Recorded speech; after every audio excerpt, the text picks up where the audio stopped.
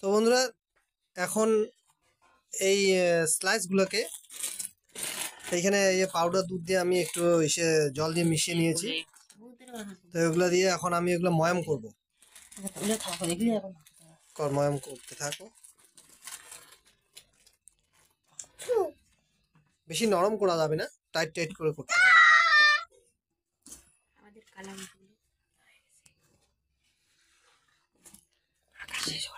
Tight ময়াম করতে হবে। তোমরা দেখতে থাকো, আমি ডোটা তৈরি করবে ততক্ষণে। তো বন্ধুরা এরকম ডো হয়ে গেছে। এটা বেশি কিন্তু নরম করা যাবে না, মোটামুটি শক্ত হয়ে আছে। আর এখন এটা আমরা মিষ্টির আকারে ছোট ছোট করে গুলো করে নেব।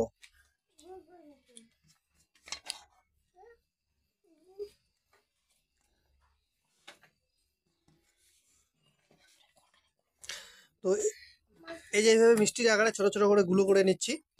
তো তোমরা দেখতে থাকো, সবগুলোই আমরা গুলো করে নিই।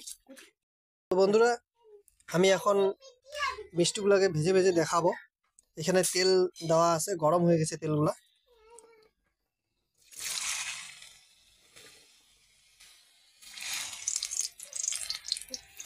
তো বেশি কিন্তু লাল করা যাবে না, বেশি ভাজা যাবে না, শক্ত যাতে না হয়।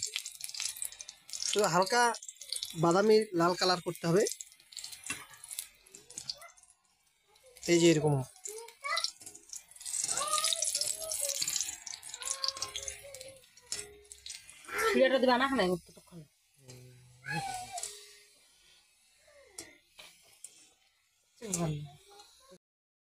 তো বন্ধুরা এখন দেখো আমি এখানে চিনি দিচ্ছি। চিনি মোটামুটি এখানে 1 কাপ আমি নিয়ে নিচ্ছি। 1 কাপ চিনি নিলাম।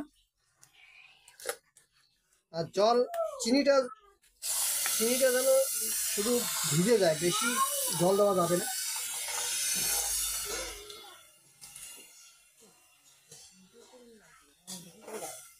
তোমরা দেখতে থাকো।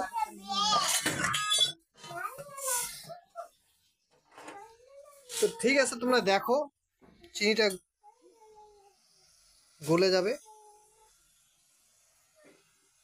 তারপরে আমি রসে ফেলাবো মিষ্টিগুলা। তো বন্ধুরা আমার শিরা রেডি হয়ে গেছে। এখন আমি মিষ্টিগুলোকে এখন শিরাতে দিয়ে দিব। দেওয়ার পরে একটু সিদ্ধ করতে হবে, মোটামুটি 5-7 মিনিট সিদ্ধ হবে। তো ততক্ষণে সিদ্ধ হোক।